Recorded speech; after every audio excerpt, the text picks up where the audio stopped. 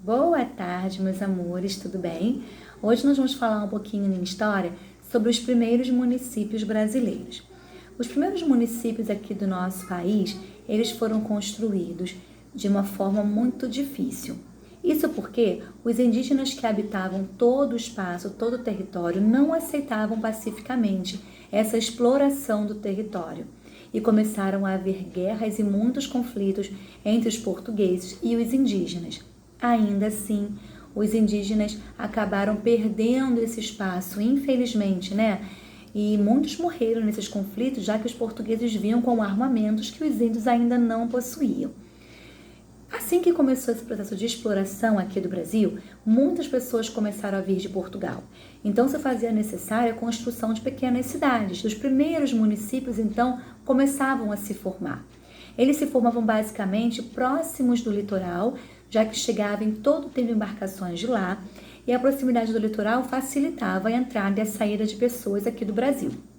Os primeiros municípios também foram criados em territórios extensos, já que vinha muita gente e era necessário fazer diversas construções.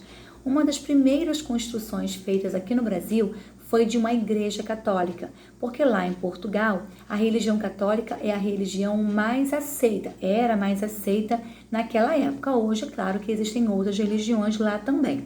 Então, na tentativa de manter as tradições de Portugal e também as tradições religiosas deles, as primeiras construções que tiveram aqui só aconteceram depois que foi construída a primeira igreja católica, que foi muito grande. Um dos primeiros municípios aqui do Brasil era localizado em Porto Seguro, na Bahia, porque lá era o principal ponto de atraque dessas embarcações que vinham de Portugal para cá. A primeira vila, está dizendo no nosso livro, que foi a Vila de São Vicente. Ela foi criada, no ano de 1532, olha quanto tempo que passou, né? E ela foi criada também após grandes conflitos com o povo indígena que vivia aqui.